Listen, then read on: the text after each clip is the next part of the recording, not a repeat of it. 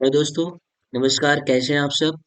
I think आप लोग अच्छे होंगे। तो दोस्तों, थोड़ी ठंडी भी बढ़ गई है, लेकिन आप लोग को यह भी पता होगा कि आज 12 दिसंबर है और कल लास्ट डेट बोर्ड फॉर्म का, अर्थात 13 दिसंबर लास्ट डेट हो जाएगा।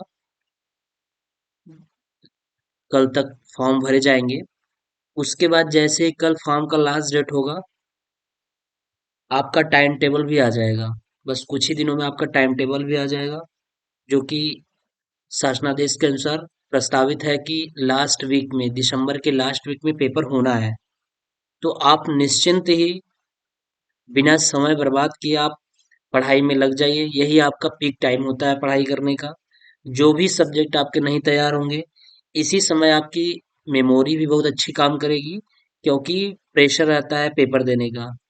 तो आप बिना समय गंवाए आप लग जाइए अपनी पढ़ाई में। और स्पेशली मैथ के लिए तो अवश्य ही, क्योंकि जिन बच्चों का मैथ वीक है, यही उनके लिए सबसे ज़्यादा पीक टाइम है कि आप सीरीज से पढ़िए, या अगर आप कोर्स पढ़ लिए हैं तो एक बार आप उसको रिवाइज कर लीजिए। अदरवाइज सीरीज तो आपके लिए है ही, पास कराने के लिए सीरीज इनफ होता है। ठीक है। तो आज हम लोग मैथ में स्टार्ट करेंगे, जो कि त्रिभुज चल रहा था। इसके पहले एरिया चल रहा था। सॉरी, एरिया चल रहा था। एरिया में हम त्रिभुज की एरिया पढ़ा चुके हैं। आज बात करेंगे चतुर्भुज का क्षेत्रफल, यानी जो एरिया होगा उससे संबंधित जो भी चीजें रहेंगी वो यहाँ पे पढ़ाई जाएंगी। तो हम लोग एरिया खत्म करेंगे, उसके बाद वॉल्यूम की बात करेंगे। ठीक है। तो चलिए स्टार्ट करते हैं हम लोग। चतुर्भुज का क्षेत्रफल यह है। एरिया आप क्वाड्रिलेटरल की बात कर लेते हैं कि चतुर्भुज का क्षेत्रफल क्या होता है, चतुर्भुज होता कैसे है, इस चीज को ध्यान देंगे। ठीक है। तो चलिए देखते हैं। देखिए, पहला है समांतर चतुर्भुज का क्षेत्रफल। समांतर चतुर्भुज का क्षेत्रफल। सबसे पहले आपको ये पता होना चाहिए कि समांतर चतुर्भुज होता कैसे है, ये किस तरीके से बनता है। तो इसी समांतर चतुर्भुज भुज के बारे में सारी चीजें यहाँ आपको बताई गई हैं। बेसिक चीजें बताई गई हैं जो इसके बारे में होता है। जब तक आप इसके बारे में नहीं जानेंगे, तब तक आपको दिक्कत होगा समझने में कि समांतर चतुर्भुज होता कैसे है, कैसे इसका क्षेत्रफल निकालते हैं। ठीक है। इस चीज को जानना बहुत जरूरी होता है।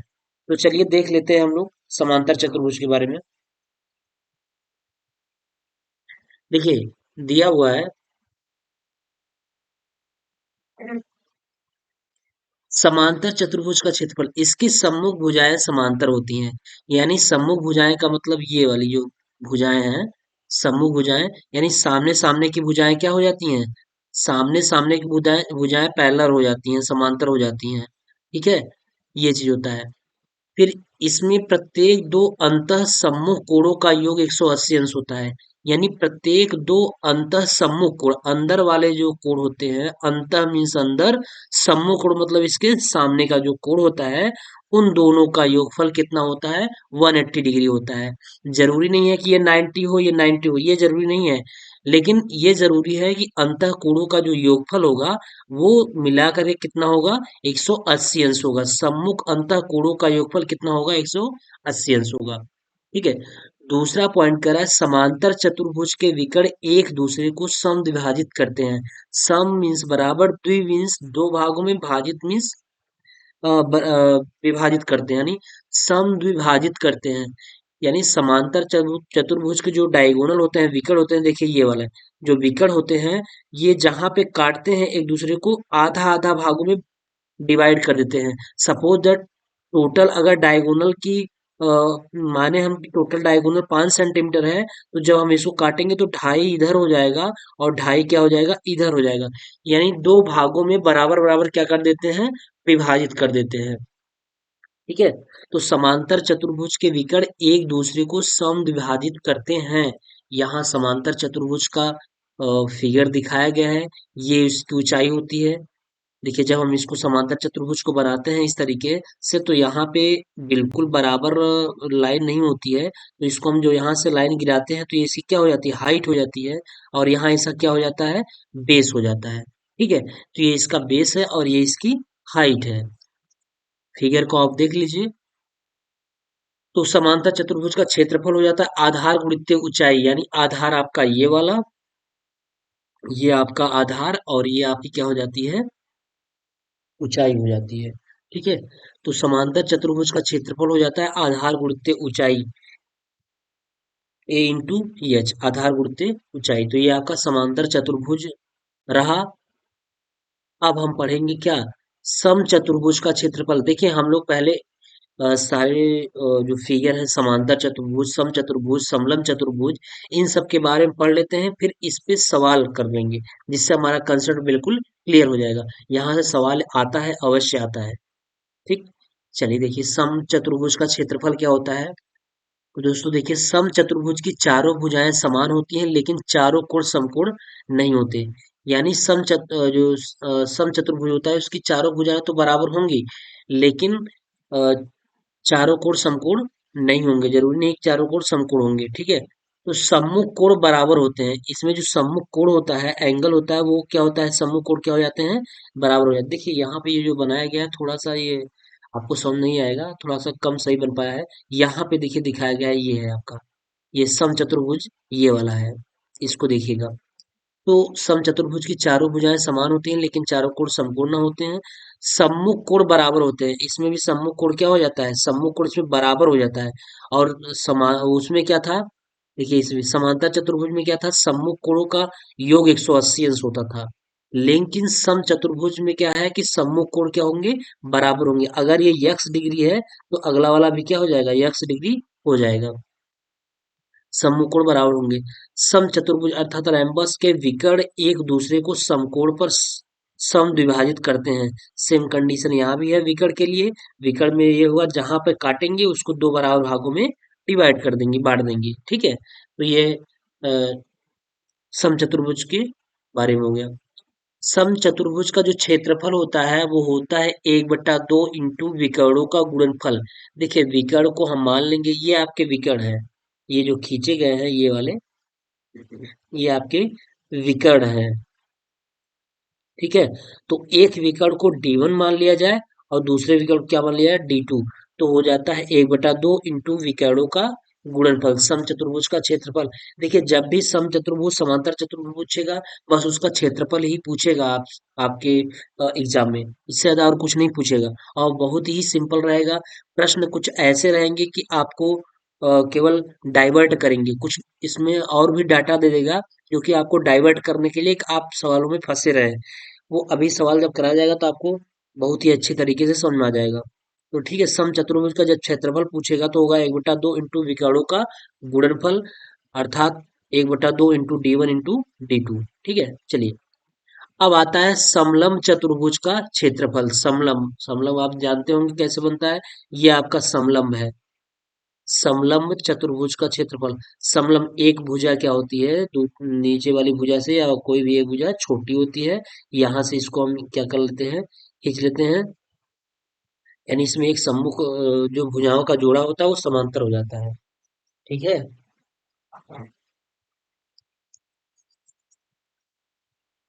चलिए देखिए इसके बारे में देख लेते हैं।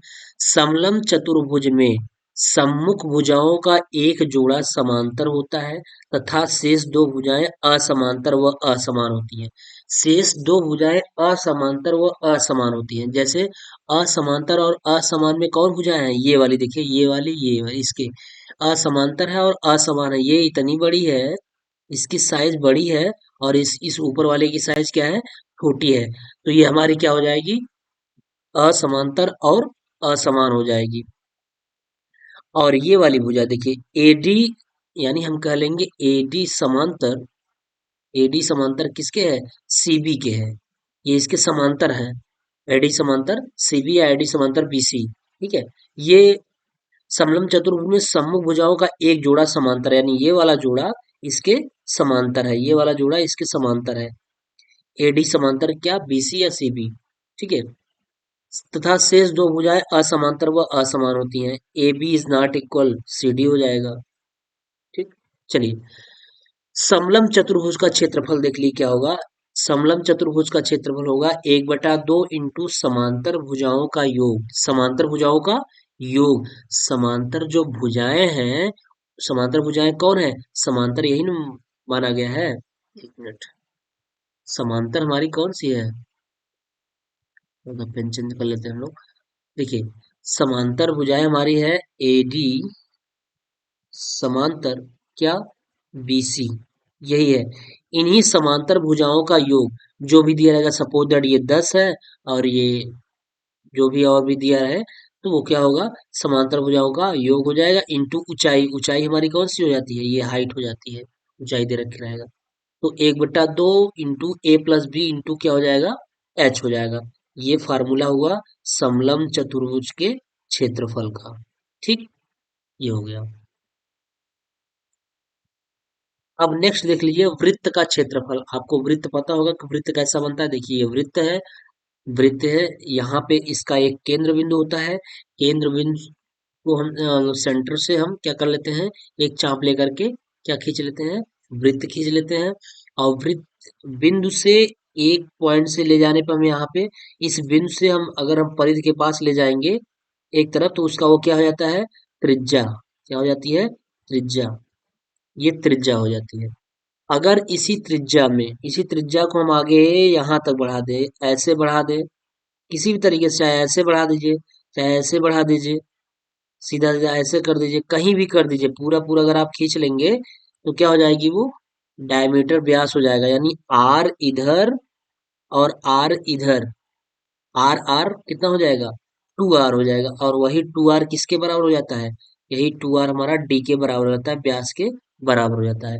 तो टोटल यहाँ से यहाँ, यानी कोई कहीं से भी एक लाइन खींचिए, लेकिन वो सेंटर बिंदु से होकर के जाएगा तो हमेशा वो क्या कहलाएगा? डायमीटर कहलाएगा। हमेशा क्या कहलाएगा? व्यास कहलाएगा। अगर सॉरी, ए यहाँ सेंटर बिंदु से होके जाना चाहिए, सेंटर बिंदु से होके जाएगा तो हमेशा वो क्या कहलाएगा? डायमीटर व्यास कहलाएगा। अगर सेंटर मीटर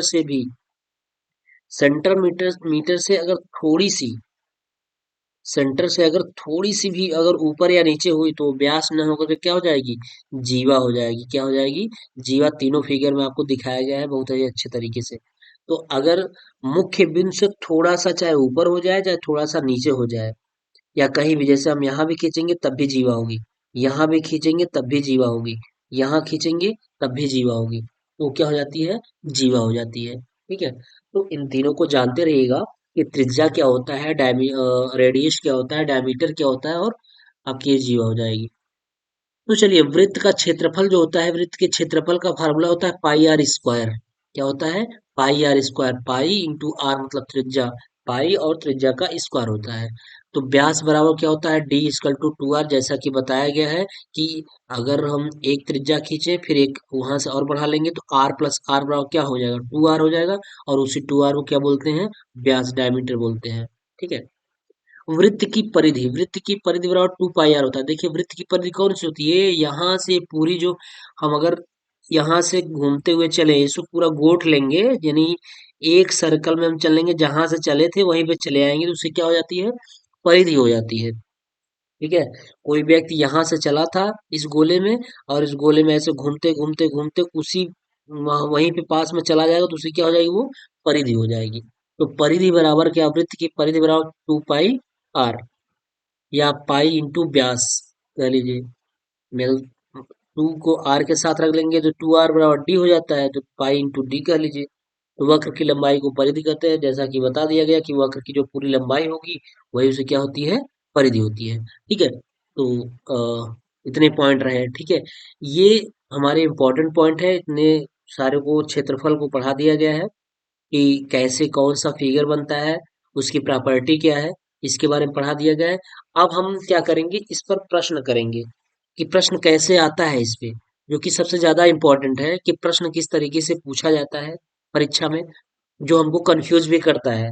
प्रश्न बहुत कंफ्यूज करेगा आपको पेपर में।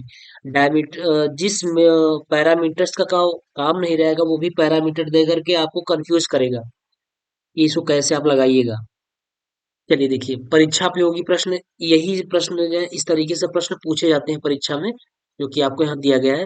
तो हम लोग यहाँ पे तो कुछ त्रिभुज के भी प्रश्न दिए गए हैं जो कि हम करा चुके हैं। आप त्रिभुज के प्रश्न को कर लीजिएगा।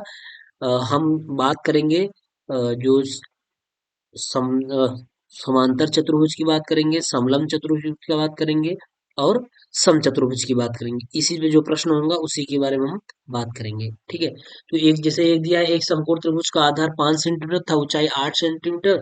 तो त्रिभुज का क्षेत्रफल बताया गया है कि त्रिभुज का क्षेत्रफल क्या होता है। त्रिभुज का क्षेत्रफल के लिए फार्मूला आपको बताया गया है, 1/2 गुणित्ते आधार गुणित्ते ऊंचाई। ये बताया जा चुका है। तो 1/2 इंटू आधार का मान कितना है, 5 सेंटीमीटर, और हाइट कितनी दी है, 8 सेंटीमीटर। तो 2 चौके 8 हो गया, 5 चौके 20, 20 क्या आ गया, त्रिभुज का क्षेत्रफल 20 वर्ग सेंटीमीटर। ध्यान रखिएगा, परीक्षा में हम बार बार यही चीज को बता रहे हैं कि अगर अति लघु उत्तरी या लघु उत्तरी में प्रश्न आएगा, आप प्रश्न सही सही लगा लेंगे, लेकिन अगर सपोज दैट आप यूनिट गलत, इकाई अगर आप गलत रखे हैं, ये वाली जैसे वर्ग सेंटीमीटर, आप वर्ग न लगा के केवल सेंटीमीटर छोड़ देंगे, आपका अगर 2 नंबर का रहेगा तो वो चाहे तो आधा नंबर या 1 नंबर भी काट सकेगा। तो इस चीज का ध्यान रखिएगा, सवाल आप लगा लीजिएगा, लेकिन आप उसके यूनिट को सही रखिएगा। ध्यान दीजिएगा कि क्षेत्रफल पूछ रहा है तो वर्ग में होगा, और कोई एक परिमाप पूछ रहा है तो वो क्या हो जाएगा, सेंटीमीटर या मीटर जिसमें रहेगा उसमें वर्ग नहीं रहेगा। ठीक ये, तो हम त्रिभुज से आधारित जो भी प्रश्न थे बताया जा चुका है, बता दिए हैं।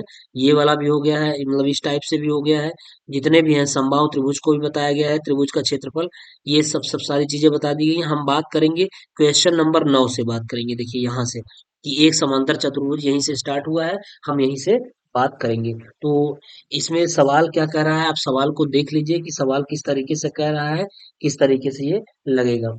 तो सवाल कर रहा है, एक समांतर चतुर्भुज का आधार दिया है 45 सेंटीमीटर तथा ऊंचाई 12 सेंटीमीटर, इसका क्षेत्रफल ज्ञात कीजिए। समांतर चतुर्भुज का आधार दिया है, यानी देख लीजिए यहाँ पे 9 नंबर, आधार ए दिया हुआ है 45 सेंटीमीटर, और क्या दिया है, ऊंचाई एच दिया है कितना, 12 सेंटीमीटर। H 12 centimetre. तो पूछ रहा है समांतर चतुर्भुज का इस क्षेत्रफल बताइए। तो अभी समांतर चतुर्भुज का क्षेत्रफल आपको बताया गया कि समांतर चतुर्भुज का क्षेत्रफल क्या होता है। देख लीजिए एकदम ऊपर है, यहाँ पे देखिए, समांतर चतुर्भुज का क्षेत्रफल फार्मूला क्या होता है, समांतर चतुर्भुज का क्षेत्रफल बराबर आधार गुणित ऊंचाई, और कुछ नहीं करना है, आधार गुणित ऊंचाई। तो हो जाएगा, यहाँ देखिए, समांतर चतुर्भुज का, समांतर चतुर्भुज का क्षेत्रफल बराबर आधार ए गुणित ऊंचाई एच। ठीक है, तो दिया है, आधार दिया है 45, 45 और गुणित कितना, 12, गुणा कर दीजिए, 12 पंचे 60 का ही 0, और 12 चौके 48, 48 दो 50, 4 54, कितना हो गया, 540। क्या यूनिट में, क्या सब सेंटीमीटर में दिया है, और क्षेत्रफल है तो क्या हो जाएगा, सेंटीमीटर स्क्वायर हो जाएगा, यानी वर्ग सेंटीमीटर हो जाएगा। तो ये 9वां प्रश्न रहा, बहुत ही सिंपल रहा। अ, आपको फार्मूला अगर याद है तो सवाल आप लगा लेंगे। देखिए 10 नंबर, देखिए कह रहा है, कह रहा है एक समांतर चतुर्भुज की दो संलग्न भुजाएं 6 सेंटीमीटर तथा 2.5 सेंटीमीटर है, तथा एक विकर्ण की लंबाई 6.5 सेंटीमीटर है। तो क्षेत्रफल ज्ञात कीजिए। क्या कर दीजिए, क्षेत्रफल ज्ञात कीजिए। तो समांतर चतुर्भुज का दिया हुआ है, दो संलग्न भुजाएं दी हैं, संलग्न भुजाएं, एक आधार होगा तो एक ऊंचाई होगा।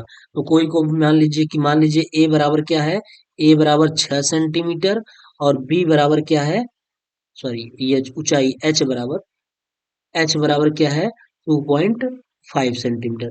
क्योंकि समांतर चतुर्भुज का प्रश्न यहाँ भी था और समांतर चतुर्भुज यहाँ भी है, तो उसमें आधार और ऊंचाई की बात होती है, तो इसको आप आधार मान लीजिएगा, इसको ऊंचाई मान लीजिएगा।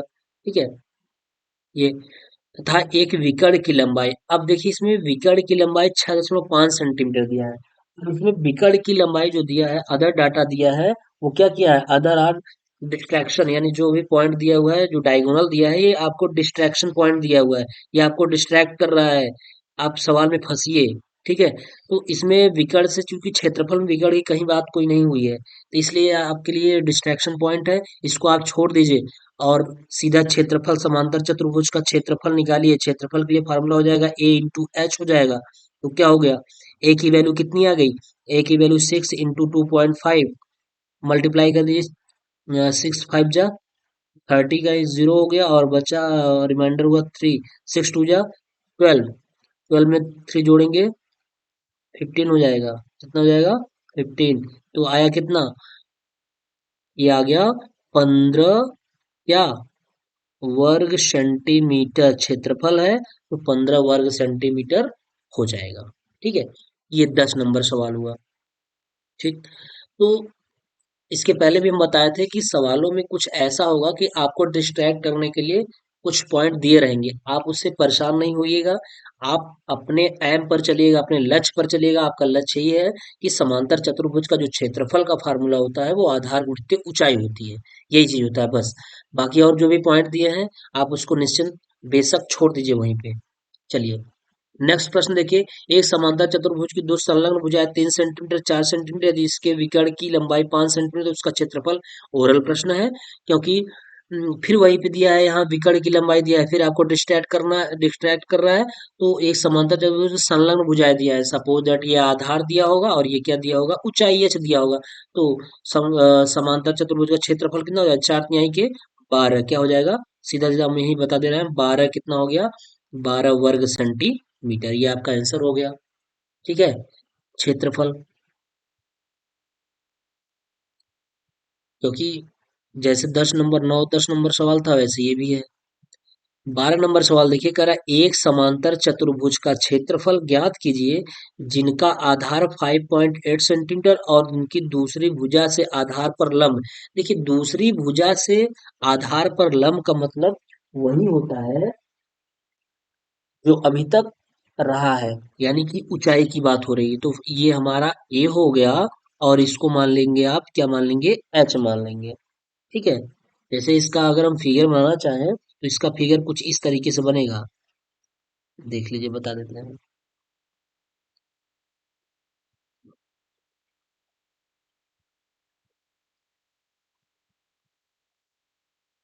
कुछ ये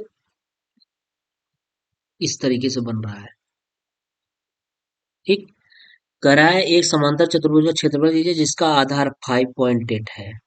5.8 है, ये इसका आधार हो गया, सेंटीमीटर है, और दूसरी भुजा से आधार पर लंब। यानी दूसरी भुजा से लंब कैसे होगा?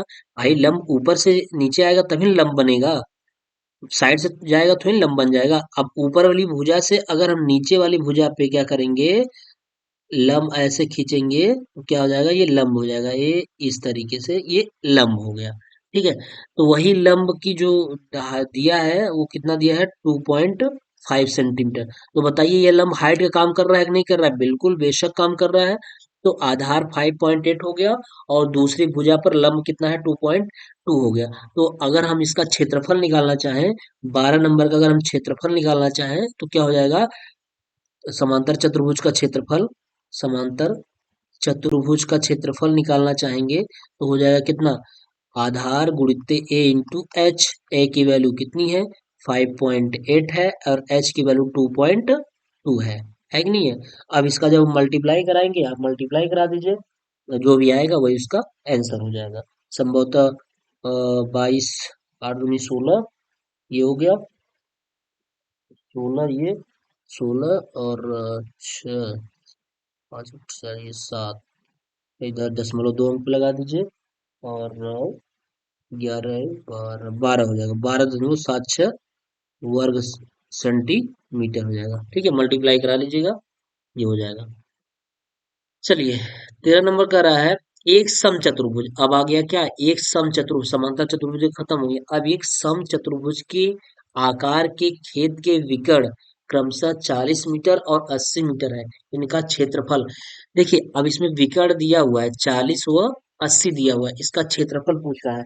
तो जब इसका क्षेत्रफल पूछ रहा है तो आपको सम चतुर्भुज के क्षेत्रफल का फार्मूला पता होना चाहिए। चलिए, हम लोग यहाँ लगा लेते हैं सवाल को, और सवाल नंबर 13 है ये 13 नंबर है। पहले सम चतुर्भुज का रहा है, सम चतुर्भुज बना लीजिए।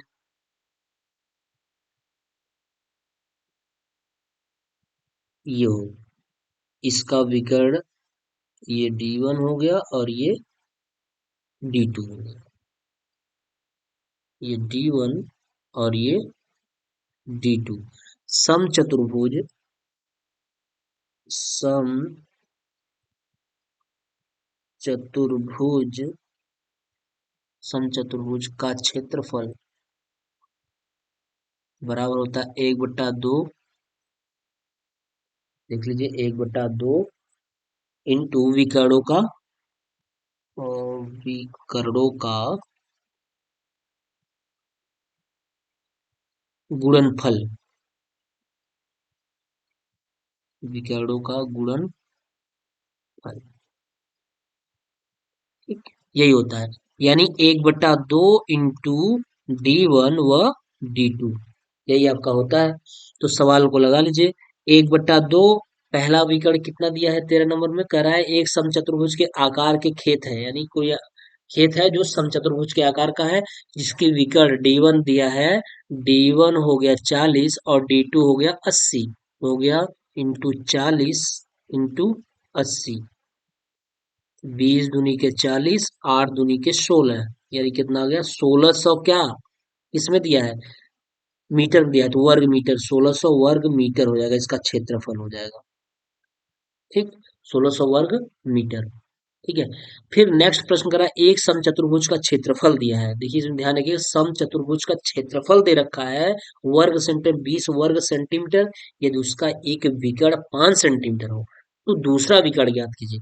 इसमें दूसरा विकर्ण पूछ रहा है, क्षेत्रफल दे रखा है, कोई दिक्कत नहीं है। तो समचतुर्भुज का फिर से क्षेत्रफल हो जाएगा, समचतुर्भुज का क्षेत्रफल इक्वल टू 1/2 इंटू D1 व D2, D1 व D2। तो क्षेत्रफल इसमें दे रखा है 20 वर्ग सेंटीमीटर, क्षेत्रफल कितना दिया है समचतुर्भुज का, ये दिया है 20 वर्ग सेंटीमीटर बराबर 1/2, एक विकर्ण का मान दिया है, एक विकर्ण यानी D1 मान लीजिए, D1 बराबर 5 दिया है, तो दूसरा D2 पूछ रहा है, इंटू 5 इंटू D2, 5 से काटेंगे, 5 चौके 20 हो गया, और 4 का इधर क्रॉस मल्टीप्लिकेशन हो जाएगा, 4 दूनी 8 हो जाएगा। D2 की वैल्यू कितनी आ गई, दूसरा विकर्ण कितना आ गया, 8 आ गया, 8 क्या, 8 सेंटीमीटर आया है, ध्यान रखिएगा, इकाई D2 इक्वल टू 8 सेंटीमीटर, ठीक है। तो ये 14 नंबर भी प्रश्न हो गया आपका, 13 भी हो गया। चलिए 15 नंबर देखिए करा, अब आ गया है समलंब, समलंब चतुर्भुज का क्षेत्रफल ज्ञात करो, जबकि उसकी समांतर भुजाएं क्रमशः 2.5 सेंटीमीटर और 3.7 सेंटीमीटर है, तथा इनके बीच की दूरी दिया है 1.5 सेंटीमीटर। सबसे पहले आप फिगर बना लीजिए, 15 नंबर का फिगर बनाइए, समझा जाएगा।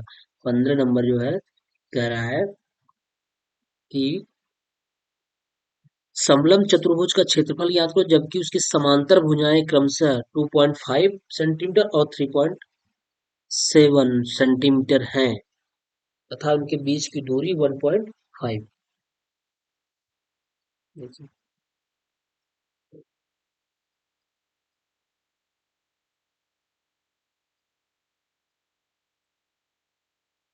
इस तरीके से कुछ होगा,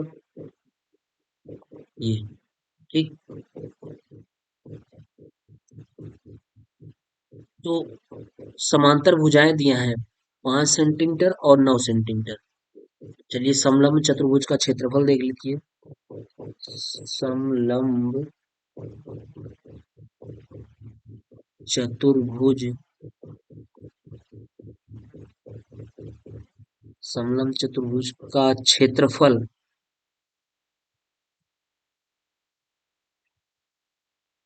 समलंब चतुर्भुज का क्षेत्रफल बराबर क्या होता है, फार्मूला हो जाएगा 1/2, 1/2 इंटू समांतर भुजाओं का योग,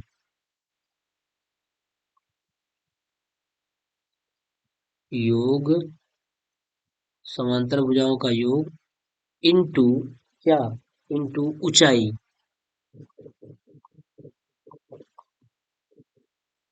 ऊंचाई, यानी हम कह सकते हैं 1/2 ए प्लस बी इंटू एच, यही फार्मूला है। तो रख लीजिए 1/2, समांतर भुजाओं, समांतर भुजाएं कितनी कितनी दी हैं, 2.5 3.7, 2.5 हो जाएगा, 2.5 प्लस 3.7, और बीच की दूरी मतलब हाइट 1.5, 3.7 इंटू हाइट कितना है 1.5, मल्टीप्लाई करा लीजिए 1/2, इसको जोड़ लीजिए 2.5 और 3.7, 7 5 12 3 2 5 1 6, कितना हो जाएगा 6.7 5 12 6.2 हो गया, इंटू कितना हो गया 1.5, ये हो गया। अब गुणा करा दीजिए, तो जब गुणा कराएंगे तो क्या हो जाएगा 1/2 इंटू 15 दूना के 30 का 0 हाथ लगा 3, 15 छक्का 90, 90 3 93, कितना आ गया 93, दशमलव कितने स्थान पे 2 स्थान पे दशमलव हो जाएगा, तो हो जाएगा आपका, भाग दे दीजिए 99.30 अपान कितना 2, भाग दे दीजिए, जब भाग देंगे तो कितनी बार जाएगा 2 चौके 8 हो गया, बचा 1, 13 हो जाएगा, 2 छंके 12 और 2 पंचे 10, कितना आ गया 4.65 वर्ग सेंटीमीटर क्षेत्रफल है, इसलिए वर्ग सेंटीमीटर हो जाएगा। ठीक, ये आपका हो गया वर्ग सेंटीमीटर, 15 नंबर सेंटीमीटर दिया है, तो ये आपका आंसर हो गया। ठीक है ना। फिर नेक्स्ट प्रश्न कह रहा है, किसी समलंब में समांतर भुजाएं 5 सेंटीमीटर 9 सेंटीमीटर, इनके बीच की दूरी 4 सेंटीमीटर, समलंब का क्षेत्रफल, बिल्कुल वैसे ही प्रश्न है, आप लगा लीजिएगा, ये आपके लिए ये होमवर्क टाइप है, आप इसको प्रश्न को लगाइएगा और कमेंट अवश्य करके बताइए इसका आंसर कितना आ रहा है। चलिए अब आगे हम चलते हैं। ये आपका प्रश्न समलंब और समांतर चतुर्भुज से हो गया, समलंब हो गया, समचतुर्भुज हो गया, समांतर चतुर्भुज, तीनों से आपका प्रश्न भी करा दिया गया है और बाकी उनके प्रॉपर्टीज को भी समझा दिए गए हैं, फार्मूले बता दिए गए हैं कि कैसे लगना है, कैसे पेपर में सवाल आएगा और कैसे आपको डाइवर्ट करेगा सवाल, कि उसमें कुछ एक और डाटा फालतू का डाटा दे देगा जिससे आप केवल उसमें उलझे रहिए। तो अगर आपका कंसेप्ट क्लियर है तो कहीं से कोई प्रॉब्लम नहीं होने वाला है, अदरवाइज आपका एक ही सवाल आपका पता है 10 मिनट 12 मिनट 15 मिनट समय लगेगा। ठीक है, तो आपके पास ओवरऑल समय कितने होता है 1 घंटे का होता है। सबसे ज्यादा इम्पोर्टेंट होता है एग्जाम में टाइम मैनेजमेंट, अगर आपके पास टाइम मैनेजमेंट सही है तो आप बड़े ही आसानी से सवालों को कर लेंगे और आपका पेपर अच्छा जाएगा। और टाइम मैनेजमेंट कब अच्छा होगा, जब आपका कंसेप्ट क्लियर रहेगा, जब आपका कंसेप्ट ही नहीं क्लियर रहेगा तो आप लेके उसमें गुणा गणित खूब करते रहेंगे और कुछ होने वाला नहीं रहेगा। ये मैथ का एक फंडा होता है, अगर आपका कंसेप्ट क्लियर है तो आप कर पाएंगे, नहीं तो आप लेके फंसे रहेंगे, लास्ट में आने के बाद पता चलेगा अरे मेरा ये प्रश्न छूट गया, मेरा वो छूट गया। और मैथ में एक चीज और होता है, आप किसी अदर से पूछेंगे तो पता नहीं वो सही बता रहा है कि गलत बता रहा है, ये आपको तब पता चलेगा जब आपका कंसेप्ट क्लियर रहेगा, जब आप पढ़े रहेंगे। ठीक है, चलिए देखते हैं। हाँ, इसमें देखिए कुछ और प्रश्न आ गया है, बहुविकल्पी प्रश्न, समबाहु त्रिभुज का क्षेत्रफल, ये समबाहु त्रिभुज वगैरह पढ़ाया गया है फिर भी मैं ऐसे बता दे रहा हूँ। समबाहु त्रिभुज का क्षेत्रफल ज्ञात करो का सूत्र क्या है, भुजा अंडर 3/2, क्या होता है भुजा स्क्वायर इंटू अंडर 3 बाई क्या होता है 2, ऑप्शन ए सही है। यदि त्रिभुज की भुजाएं ए बी सी है तथा तब त्रिभुज का अर्ध परिमाप यस बराबर क्या बताया गया था, यस बराबर पिछली क्लास में बताया गया है सब, a plus b plus c by 2, ये विषमबाहु त्रिभुज का अर्ध परिमाप होता है। एक त्रिभुज की भुजाएं 10 मीटर 14 मीटर 18 मीटर, खेत का क्षेत्रफल, विषमबाहु त्रिभुज का क्षेत्रफल वाला फार्मूला लगा दीजिए, वही वाला फार्मूला क्या होगा यस रूट सॉरी त्रिभुज का क्षेत्रफल रूट में s s minus a s minus, उसके बाद s minus b s minus c, यही वाला फार्मूला होता है, आप लगा लीजिएगा, बताया जा चुका है। तो यस बराबर क्या होता है a plus b plus c by 2, ये ए है, ये ए का मान है, ये बी का मान है, ये सी का मान है, यहाँ पे ले आके ए बी सी का मान रख दीजिए, बट भाग दो दे दीजिए, यस का मान पता चल जाएगा, फिर ले आके यहाँ यस का मान रखिएगा, फिर यहाँ यस माइनस ए लगा लीजिएगा, सवाल आ जाएगा। समकोण त्रिभुज के समकोण बनाने वाले भुजा 10 मीटर 12 मीटर, तब त्रिभुज का क्षेत्रफल सीधा जाएगा 1/2 इंटू आधार गुणित ऊंचाई, 10 गुणित 12 हो गया, 2 छंके 12 हो गया, ठीक है। और 10 छक्के 60 हो गया। 60 वर्ग मीटर, ऑप्शन ए सही है। लगा लीजिएगा। एक समचतुर्भुज के देखिए, एक समचतुर्भुज के विकर्ण की लंबाई 10 सेंटीमीटर और 20 सेंटीमीटर, तो उसका क्षेत्रफल। अब बताइए समचतुर्भुज का क्षेत्रफल का फार्मूला क्या होता है? 1/2, 1/2 इंटू विकर्णों का गुणनफल यानी D1 इंटू D2। तो क्या हो गया? 1/2 इंटू D1 की वैल्यू 10 है और D2 की वैल्यू कितनी है? 20 है। दो पंचे 10, 20 पंचे 100, कितना आया? 100 वर्ग सेंटीमीटर आया। क्या आया? 100 वर्ग सेंटीमीटर हो गया। समलंब चतुर्भुज की समांतर भुजाएं दी है 16 मीटर, 14 मीटर था। इनके बीच की दूरी 6 मीटर दिया था। इसका क्षेत्रफल, समलंब चतुर्भुज का क्षेत्रफल का फार्मूला आप भी अभी बताया गया है। 1/2 गुणित समांतर भुजाओं का योग यानी ए प्लस बी इंटू एच। ए प्लस बी इंटू एच यही ना बताया गया है। आप पीछे वीडियो करके देख लीजिए। तो 1/2 इंटू ए की वैल्यू 16 इंटू बी की वैल्यू 14, 14 इंटू एच की वैल्यू 6। तो 16 14 कितना? 30। 6 4 10, 2 1 3। 1/2 इंटू 30 इंटू 6, 6, 2 15 के 30, 15 छक्का 90, कितना आया? 90 वर्ग मीटर, ऑप्शन 10 सही है। चलिए, अब आ गया जो वृत्त अभी बताए थे, वो आया है। वृत्त का त्रिज्या, वृत्त का क्षेत्रफल निकालना। वृत्त की अभी वृत्त का बारे में बताया गया था ना, तो वृत्त के क्षेत्रफल के प्रश्न बचे हुए थे। जैसे परीक्षा में पूछा जाता है कुछ इस तरीके से है, उसी को हम लोग सॉल्व कर लेंगे। देखिए, दिया है एक वृत्त की त्रिज्या r 14 सेंटीमीटर, उसका क्षेत्रफल। वृत्त का ये है, वृत्त है, इसकी ये यहाँ से पॉइंट है और ये त्रिज्या है। त्रिज्या का मान कितना दिया है? 14 सेंटीमीटर। ठीक है। तो वृत्त का क्षेत्रफल, तो भैया वृत्त का क्षेत्रफल अभी बताया गया था कि वृत्त का क्षेत्रफल इक्वल टू होता है पाई आर स्क्वायर। तो पाई इंटू आर की वैल्यू कितनी है? 14 इंटू 14 हो जाएगा। और आप पाई का मान रख लीजिए 22/7 इंटू 14 इंटू 14। 7 दूनी के 14, तो हो गया कितना? 22 इंटू 28, गुणा कर दीजिएगा। 22 इंटू 28, जब 22 इंटू 28 का गुणा कर देंगे तो आंसर कितना आ जाएगा? गुणा कर लीजिए।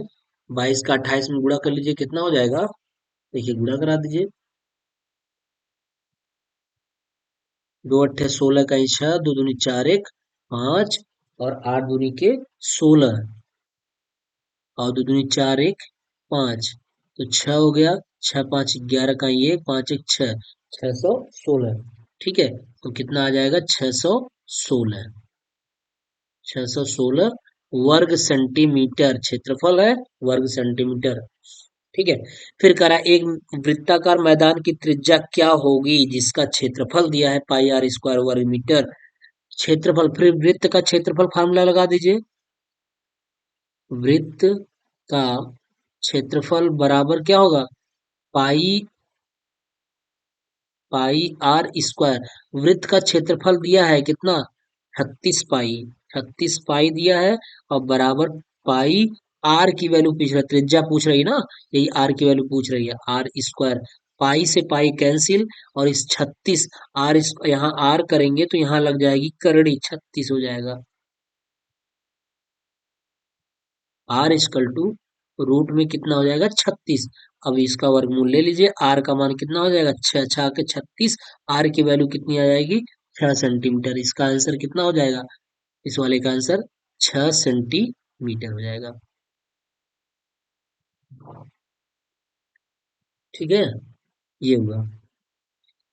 अगला देखिए, एक वृत्त का क्षेत्रफल दिया है 2464, यानी 2464 वर्ग सेंटीमीटर, तो इसकी परिधि ज्ञात करना है।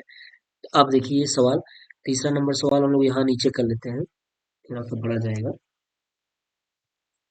कह रहा है एक वृत्त का क्षेत्रफल दिया है 2464 वर्ग सेंटीमीटर। क्षेत्रफल वृत्त का कितना दिया है? 2464। इसका परिधि पूछ रहा है। क्या पूछ रहा है? परिधि। देखिए, 2464 है ये, पाई आर स्क्वायर, पहले क्षेत्रफल बराबर दिया है 2464, है ना। तो यहाँ से हम आर का मान निकाल लेते हैं। जब आर का मान निकालेंगे, आर स्क्वायर कर लेंगे, आर स्क्वायर पाई को इधर भेज दीजिए।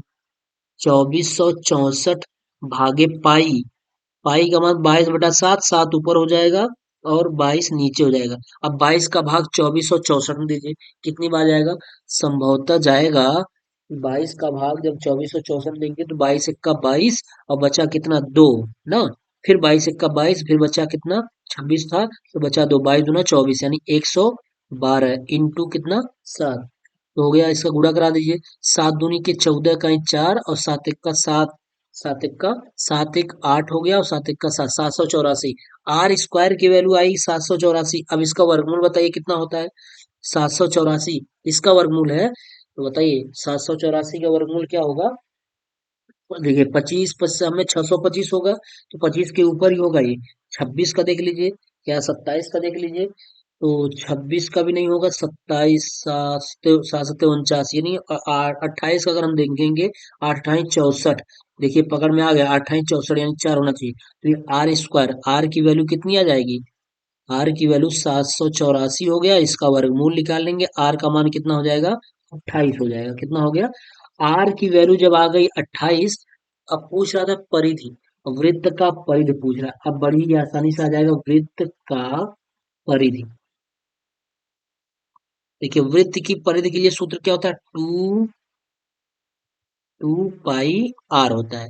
यहां से वही तो हमको निकालना था, यानी आर की वैल्यू नहीं पता था, आर की वैल्यू हम निकाल लिए क्षेत्रफल से। जब आर की वैल्यू आ गया तो अब बड़े ही आसानी से वृत्त की परिधि आ जाएगी। 2 इंटू पाई का मान रख दीजिए क्या? 22/7 इंटू आर की वैल्यू क्या? 28। 7 चौके 28, 22 चौका 88, 88 गुना 8 दूनी 16, 8 दूनी 16 एक 17, 178। देखिए 2 इंटू 22 चौका 88 हो गया, 22 चौका 88 और बराबर हो जाएगा 2 अट्ठे 16, 2 अट्ठे 16 एक 17। क्या? सेंटीमीटर, वर्ग सेंटीमीटर नहीं, परिधि पूछ रहा है। देखिए परिधि क्या होता है जानते हैं? यानी ये जो वृत्त है, यहाँ से हम चले थे, यहाँ से चले थे और इसको चलते, यहाँ से चलते चलते चलते चलते फिर ये यहाँ चले आए, यही हमारी यानी दो दूरी तय कर ले हम पूरा, वही हमारी क्या हो जाएगी? परिधि। 176 सेंटीमीटर ये इसकी परिधि लंबी है। ठीक, ये हुआ 3 नंबर प्रश्न हुआ। फिर कह रहा है एक साइकिल के पहिए की त्रिज्या 42 सेंटीमीटर, चार 400 पूरे चक्कर लगाने में यह कितनी दूरी तय करेगी? एक साइकिल के पहिए की त्रिज्या दिया हुआ है। अगर त्रिज्या दिया है तो वृत्त की परिधि निकालिए और 400 चक्कर में जितना आए उसी में भाग दे दीजिए, तो वो आपका आ जाएगा कि कितना वो चक्कर लगाएगा। ठीक है, तो इस सवाल को पहले आप परिधि निकालिए। सबसे पहले आप क्या निकालेंगे? परिधि निकालेंगे। अगर आप परिधि निकाल लिए, परिधि निकालने के बाद सवाल आपका बड़ी ही आसानी से आ जाएगा। उसमें 400 चक्कर आपको लगा रहा है, कह रहा है कि 400 चक्कर लगा रहा है। जब 400 चक्कर लगा रहा है तो उसका क्या कर देंगे हम? भाग दे देंगे। ठीक है, तो सवाल लगा लीजिएगा, आसान है, कोई दिक्कत नहीं है। ठीक है, अगला सवाल देखिए, एक वृत्ताकार खिड़की में कांच लगाना है। खिड़की की त्रिज्या 14 सेंटीमीटर है। 1.25 प्रति वर्ग मीटर की दर से कांच का मूल्य ज्ञात कीजिए। कह रहा है एक वृत्ताकार खिड़की में कांच लगाना है, खिड़की की त्रिज्या दिया है। जब त्रिज्या खिड़की का दिया है तो उसका क्षेत्रफल निकाल लीजिए और 1 वर्ग सेंटीमीटर का दर से कांच का मूल्य दिया हुआ है। तो देखिए सबसे पहले हम वृत्ताकार खिड़की का 5वां प्रश्न देख लीजिए। 5 नंबर पूछा जाता है प्रश्न ये सब इस तरीके से। कह रहा है एक वृत्ताकार खिड़की में कांच लगाना है, मतलब खिड़की क्या है? वृत्ताकार है। जैसे ये एक खिड़की हो गई और इसी में ये हमारी क्या हो गई? खिड़की। खिड़की, इसी में कांच लगानी है। क्या करनी है? कांच लगानी है इसी में। इसी में कांच लगानी है, तो दिया हुआ है कि त्रिज्या दिया है, उस खिड़की का त्रिज्या दे रखा है। कह रहा है खिड़की की त्रिज्या 14 सेंटीमीटर है। आर इक्वल टू 14 सेंटीमीटर, कह दिया है। हाँ, 14 centimetre. R equal to 14 centimetre दिया है और प्रति वर्ग सेंटीमीटर की दर से, यानी 1 सेंटीमीटर, 1 वर्ग सेंटीमीटर का मूल्य दे रखा है कितना? 1.25। 1 वर्ग सेंटीमीटर की दर दिया है, 1 वर्ग सेंटीमीटर का मूल्य दिया है 1.25 रुपया। तो टोटल कितना रुपया लग जाएगा, यही नहीं दिया है। 1.25। चलिए देखिए, ये वृत्ताकार खिड़की है, ठीक।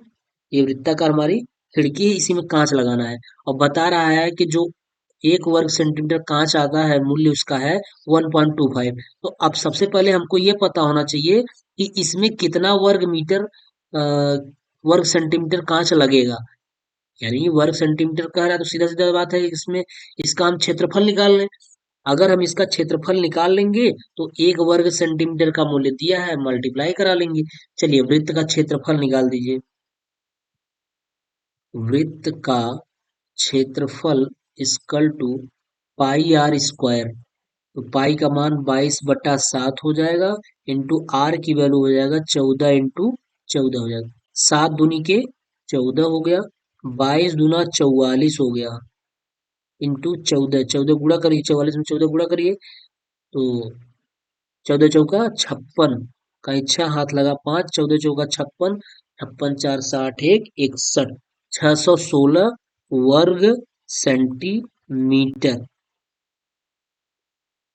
वर्ग सेंटीमीटर ये हुआ। यानी ऐसे 616 वर्ग सेंटीमीटर। ये टोटल एरिया आ गया इसका। ये क्या आ गया, टोटल एरिया आ गया। जब टोटल एरिया इसका ये दे दिया, तो अब कह रहा है 1 वर्ग सेंटीमीटर का खर्च है 1.25 रुपया।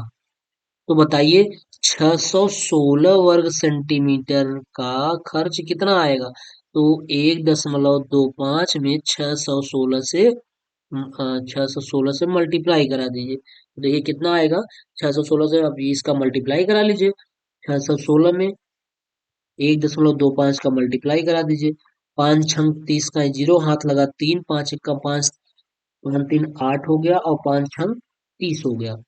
2 छंग के 12 हो गया, 2 2 1 का 2 1 3 हो गया, और 2 छंग 12 हो गया। ठीक। वन 1.1 1 छक्के 6 हो गया, और 1 1 का 1 हो गया, और 1 छक्के 6 हो गया। 0 8 2 10 हो गया, 6 3 9 1 10 हो गया, 3 2 5 1 6 1 7 हो गया, 6 1 7। तो कितना आया, कई अंक पे दशमलव, 2 अंक पे दशमलव, तो कितना आ गया, 770 रुपया आया है ये। नहीं, रुक जाइए 1 मिनट, कितना हो गया, 770 रुपया। पूछ रहा था कितना खर्च लगेगा, तो 770 रुपया खर्च लगेगा। 770, ठीक है। तो इसकी जो प्राइस मूल्य आएगी टोटल इस खिड़की को लगाने के लिए, 770 रुपए का खर्च गिरेगा इस पे, कांच लगाने के लिए वृत्ताकार खिड़की में। ठीक है, ये रहा प्रश्न। तो कांच का मूल्य पूछ रहा था, तो कांच का मूल्य 770 रुपया आ जाएगा आपका, 770 रुपया। ठीक है। एक वृत्ताकार मैदान का क्षेत्रफल दिया, इसका व्यास की लंबाई पूछ रहा है। भैया इसका वृत्ताकार मैदान का क्षेत्रफल दे रखा है, यानी पाई आर स्क्वायर इक्वल टू दे रखा है कितना, 154 दिया है। 154, तो यहाँ से हम सबसे पहले आर की वैल्यू निकाल लेते हैं। तो आर की वैल्यू जब निकालेंगे तो 154 बटा पाई भाग में हो जाएगा, तो भाग में 22 का 7 होता है, तो 22 यहाँ लिखिए, 7 ऊपर चला जाएगा। 22 7 154 होता है, 7 दूनी 14, 7 दूनी 14 1 15। आर स्क्वायर बराबर हो जाएगा कितना, आर स्क्वायर बराबर हो जाएगा 7 इंटू 7। आर की वैल्यू कितनी आएगी, वर्गमूल लेंगे तो 7 आएगा। तो इसका व्यास पूछ रहा है, तो त्रिज्या का दूना व्यास हो जाता है। तो डी इक्वल टू कितना हो जाएगा, 7 गुणित 2। तो डी इक्वल टू कितना होगा, 14 हो जाएगा। क्योंकि डी इक्वल टू डी बराबर क्या होता है, क्योंकि डी बराबर क्या होता है, 2r होता है, इसलिए 14 हो गया। ठीक है। एक वृत्ताकार मैदान का व्यास दिया 10 सेंटीमीटर, मैदान का क्षेत्रफल। अब व्यास दिया 10 सेंटीमीटर, तो जो व्यास त्रिज्या होती है व्यास का आधा होता है, तो आर वैल्यू कितनी हो जाएगी। अगर हम यही 7 नंबर प्रश्न करें, देखिए यही 7 नंबर देख लीजिए, 7 नंबर अगर हम करना चाहें ये वाला, तो डी इक्वल टू दिया है 10 सेंटीमीटर, तो डी की जगह हम 2r रखते हैं, क्योंकि व्यास का दूना त्रिज्या होता है, तो 10 सेंटीमीटर हो गया। तो आर का मान कितना हो जाएगा, 2 का भाग हो जाएगा इधर, तो 10/2 हो जाएगा, तो आएगा की वैल्यू कितनी, 5 आएगी, 5 सेंटीमीटर आ गई। अब क्या पूछ रहा है, मैदान का क्षेत्रफल, तो पाई आर स्क्वायर फार्मूला रख दीजिए। तो पाई इंटू आर की वैल्यू 5 इंटू 5। तो कितना हो जाएगा, देखिए पाई का मान अगर 22/7 रखेंगे ना, 7 से कटेगा नहीं, इसलिए जब कटता नहीं तो मान मत रखिए, सीधा सीधा 25 पाई इसका आंसर लगा के छोड़ दीजिए। ठीक, ये हो गया। उसके बाद करा एक संकेंद्र वृत्तों का क्षेत्रफल क्रमशः इतना वर्ग सेंटीमीटर, बीच के छल्ले की चौड़ाई ज्ञात कीजिए। ठीक है, सारा एक संकेंद्र बिंदु, संकेंद्र मतलब समान जो केंद्र है, वृत्तों का क्षेत्रफल, दो वृत्त दिया है, एक का क्षेत्रफल यह है, एक का क्षेत्रफल यह है, तो इनके बीच के छल्लों की चौड़ाई, अब कह रहा है इनके बीच के छल्लों की चौड़ाई पूछ रहा है, तो क्या करिएगा, पहले पाई आर स्क्वायर से यहाँ से आर का मान निकाल लीजिएगा, और यहाँ से आर का मान निकाल लीजिएगा, वही उसके छल्लों की चौड़ाई हो जाएगी।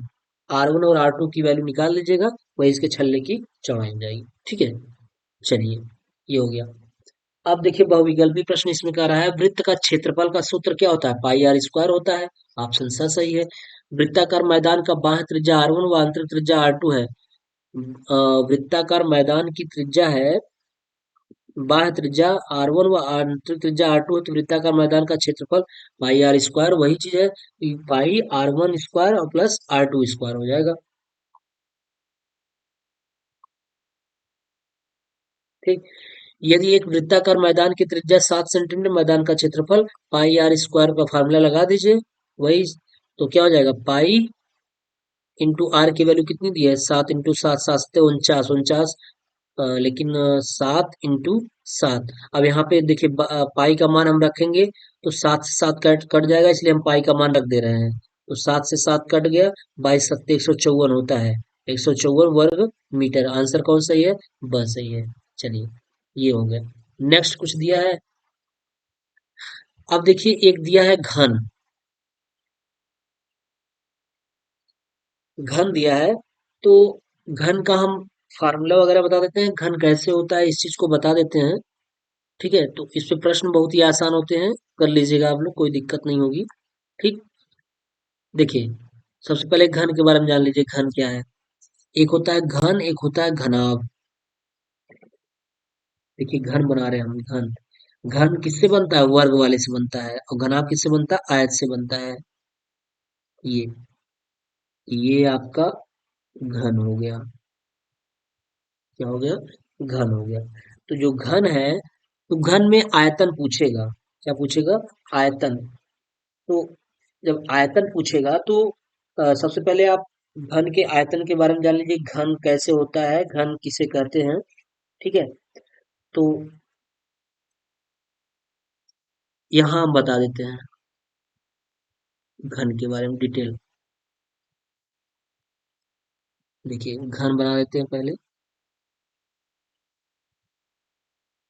ये आपके घन बन रहे हैं, थोड़ा सा पेन से तिरछा हो जा रहा है, अब इसको समझ लीजिएगा, क्योंकि वर्ग से ही घन बनेगा और आयत से घना बनता है। ये आपका क्या है, घन है। ठीक,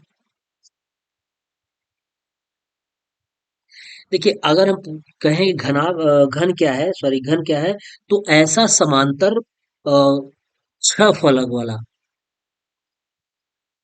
ऐसा समांतर छह फलक, या खट फलक कह सकते हैं, खट फलक, खट फलक, जिसके सभी, जिसके सभी फलक क्या हों, इसके सभी फलक, फलक वर्गाकार हों, वर्गाकार हों, घन कहलाता है, क्या कहलाता है, घन कहलाता है। ठीक, घन कहलाता है। अब इसकी कुछ प्रॉपर्टीज होते हैं, उसको जान लीजिए कि इसमें क्या क्या होता है। तो ये सबसे पहले इसमें छह फलक होती है, क्या होती है, छह फलक, आपको दिख रहा होगा, फलक आप देख लीजिए, एक, एक फलक, दो फलक,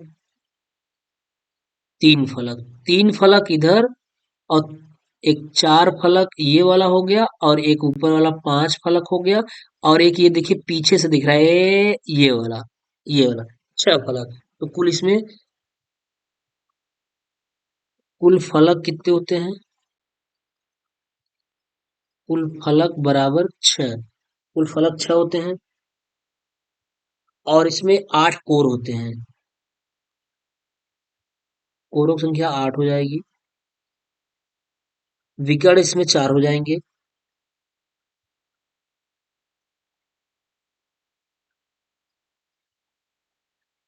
चार होते हैं, और वो भी बराबर होते हैं, परस्पर बराबर होते हैं। देखिए यहाँ से इससे प्रश्न ज्यादा नहीं पूछेगा, मेन पूछेगा इसका क्षेत्रफल के बारे में पूछेगा, इससे सवाल पूछेगा वो। ठीक है, तो ये चीज हुआ। अब जान लेते हैं कि घन का आयतन क्या होता है। तो घन का आयतन बराबर भुजा क्यूब होती है। घन का आयतन बराबर भुजा क्यूब, और घन का विकर्ण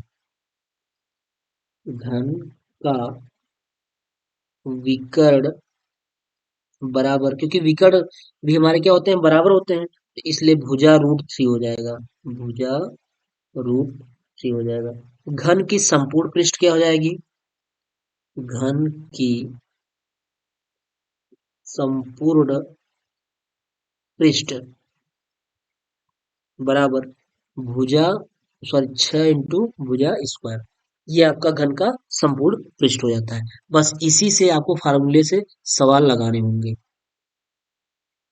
ठीक, इसी से आपके फार्मूले, इसी इतने फार्मूले हैं, इसी से सवाल आपका आना है। ठीक है, इम्पोर्टेंट है ये। ठीक, बस इतना ही आपका इम्पोर्टेंट रहेगा, इसी से आपको प्रश्न लगाना होगा। तो चलिए हम लोग देख लेते हैं प्रश्न क्या है। एक दो तीन प्रश्न देख लेंगे। दिया है, एक घन के कोर की लंबाई दिया है 5 सेंटीमीटर और घन का आयतन। तो स्वाभाविक सी बात है, घन का आयतन पूछ रहा है, कोर की लंबाई 5 सेंटीमीटर दिया हुआ है, तो लगा लीजिए, क्या दिक्कत है।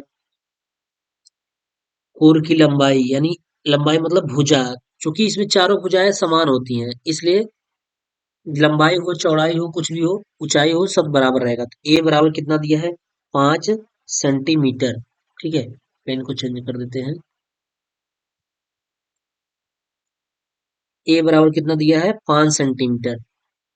तो आयतन कितना हो जाएगा? घन का आयतन, घन का आयतन बी इक्वल टू भुजा क्यूब। तो 5 का क्यूब हो जाएगा, पचहम 25 पंचे 125, क्या? घन सेंटीमीटर। अब इसमें घन सेंटीमीटर चलेगा, क्षेत्रफल में वर्ग सेंटीमीटर चल रहा था, और आयतन में क्या चलेगा? घन सेंटीमीटर चलेगा। ठीक है, तो ये पहला प्रश्न रहा। दूसरा प्रश्न क्या कर रहा है? कह रहा है, एक घन के विकर्ण की लंबाई दिया है 6√3 सेंटीमीटर, घन का आयतन। अब घन का आयतन पूछ रहा है, विकर्ण की लंबाई दिया हुआ है दूसरे में। विकर्ण की लंबाई इक्वल टू दिया है 6√3 दिया था। 6√3 किस में दिया था? सेंटीमीटर में दिया था। यूनिट पे विशेष ध्यान दीजिएगा, सेंटीमीटर। तो इसका क्या पूछ रहा था? घन का आयतन, है ना? यही पूछ रहा था ना, घन का आयतन। तो चलिए, घन का विकर्ण से हम क्या निकाल लेंगे? भुजा निकाल लेंगे। तो घन का विकर्ण दिया है ये, तो घन का विकर्ण का फार्मूला क्या होता है? A√3 बराबर 6√3। √3 से √3 कैंसिल, भुजा ए इक्वल टू कितनी आ गई? 6। अब हम घन का आयतन निकाल लेंगे। V इक्वल टू भुजा क्यूब होता है, तो V इक्वल टू ए का मान कितना आया है? 6 आया है, तो 6 का क्यूब हो जाएगा। 6×6 = 36, छक्का 216। ठीक, ये हुआ। और तीसरा प्रश्न क्या कह रहा है? कह रहा है 20 सेंटीमीटर कोर वाले घन में 5 सेंटीमीटर कोर वाले कितने घन काटे जा सकते हैं? देखिए, 20 सेंटीमीटर कोर वाले घन में 5 सेंटीमीटर कोर वाले कितने घन काटे जा सकते हैं? तो 20 सेंटीमीटर कोर वाले जो घन है, पहले आप 20 सेंटीमीटर निकाल लेंगे, उसके बाद 5 सेंटीमीटर निकाल के भाग दे दीजिए, आंसर आ जाएगा। एक घन का संपूर्ण पृष्ठ दिया है, इसका आयतन ज्ञात कीजिए। घन का संपूर्ण पृष्ठ के लिए फार्मूला क्या बनता है? घन का संपूर्ण पृष्ठ अभी आपको बताया गया था, घन का जो संपूर्ण पृष्ठ होता है वो 6 भुजा स्क्वायर होता है। तो 6 भुजा स्क्वायर इक्वल टू कितना हो जाएगा? 49, 6, 8, 6 ये हो जाएगा। यहाँ से आप क्या निकाल लीजिएगा? ए स्क्वायर का वैल्यू यहाँ से नीचे 6 का भाग दे दीजिएगा, ए का वर्गमूल जितना आएगा ए का वर्गमूल ले लीजिएगा, जितनी वैल्यू आ जाएगी उसके बाद उसका क्यूब कर दीजिएगा। उसका आयतन पूछ रहा है तो उसका क्यूब कर लीजिएगा, ठीक हो जाएगा। ठीक है, आसान है, कोई दिक्कत नहीं है। एक घन का संपूर्ण पृष्ठीय क्षेत्रफल इतना दिया, घन की भुजा एवं आयतन ज्ञात कीजिए। घन का फिर दिया है 6a² बराबर कितना दिया है? 54। तो 6 चौके 54, 4 हो गया। हाँ, तो a² इक्वल टू 4 आ गया। तो ए की वैल्यू कितनी आ जाएगी? 2 आ जाएगी। जब ए की वैल्यू 2 आ गई तो भुजा आ गया 2 और आयतन पूछ रहा है तो इसी के क्यूब कर दीजिए। घन का आयतन एक क्यूब होता है तो 2 का क्यूब कर दीजिए, 2 दूनी 4 दूनी के 8 हो जाएगा। कितना हो जाएगा? 8 हो जाएगा। एक आंसर 2 हो गया, एक आंसर 8 हो गया। एक घन के विकर्ण की लंबाई दिया 10√3 सेंटीमीटर, घन की भुजा लंबाई तथा आयतन ज्ञात कीजिए। इसमें घन की भुजा पूछ रहा है, भुजा की लंबाई पूछ रहा है और आयतन पूछ रहा है। तो घन के विकर्ण का फार्मूला क्या होता है? घन के विकर्ण का फार्मूला होता है, विकर्ण का फार्मूला होता है विकर्ण बराबर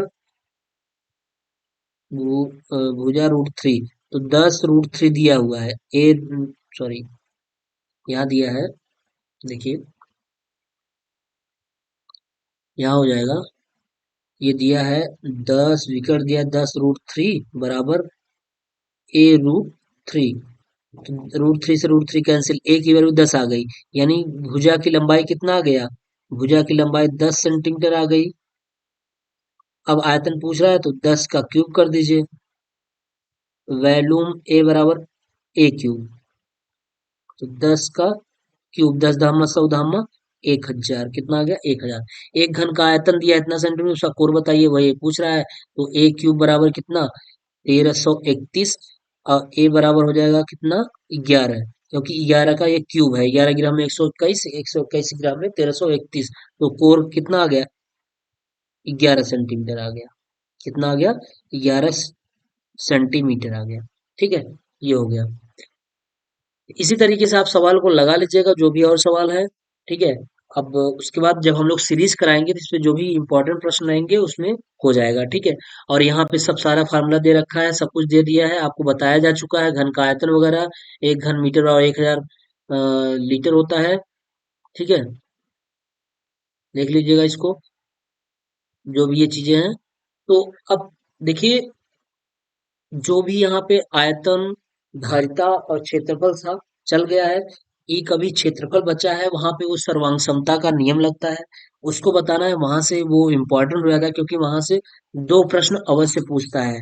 ठीक है, उसी को पढ़ाना है। उसके बाद फिर हम लोग नेक्स्ट टॉपिक पे चल जाएंगे। नेक्स्ट टॉपिक भी अभी इम्पोर्टेंट ही चलने वाला है, आयत वर्ग का क्षेत्रफल है, बारंबारता वगैरह है, वो भी इम्पोर्टेंट ही है। तो उस पे हम लोग देख लेंगे इसको। तो दोस्तों, आप मेहनत करते रहिएगा, क्योंकि आपके साथ बिल्कुल मेहनत किया जा रहा है। क्लासेस चलाई जा रही हैं सारी, सब कुछ सिस्टमैटिक हो चुका है। और क्लासों के साथ साथ, कोर्स के साथ साथ हम लोग सीरीज को भी सॉल्व करा रहे हैं। आप सीरीज को अवश्य देखिए। जिस बच्चे का मैथ थोड़ा सा वीक है, आप सीरीज के साथ बिल्कुल निश्चिंत ईमानदारी के साथ जुड़ जाइए। कहीं से भी आपका गलत नहीं होगा, बहुत ही अच्छे नंबर आएंगे। 18 से 19 नंबर श्योर है आएंगे। और हाँ, अगर आपको 25 नंबर लाना है, 25 में 25 नंबर लाने हैं, तो उसके लिए आपको स्ट्रगल करना पड़ेगा, मेहनत करना पड़ेगा, अच्छे से पढ़ाई करनी पड़ेगी, उसके बाद ही आ सकता है। ठीक है, तो दोस्तों, मिलते हैं हम लोग नेक्स्ट वीडियो में। तब तक के लिए बाय।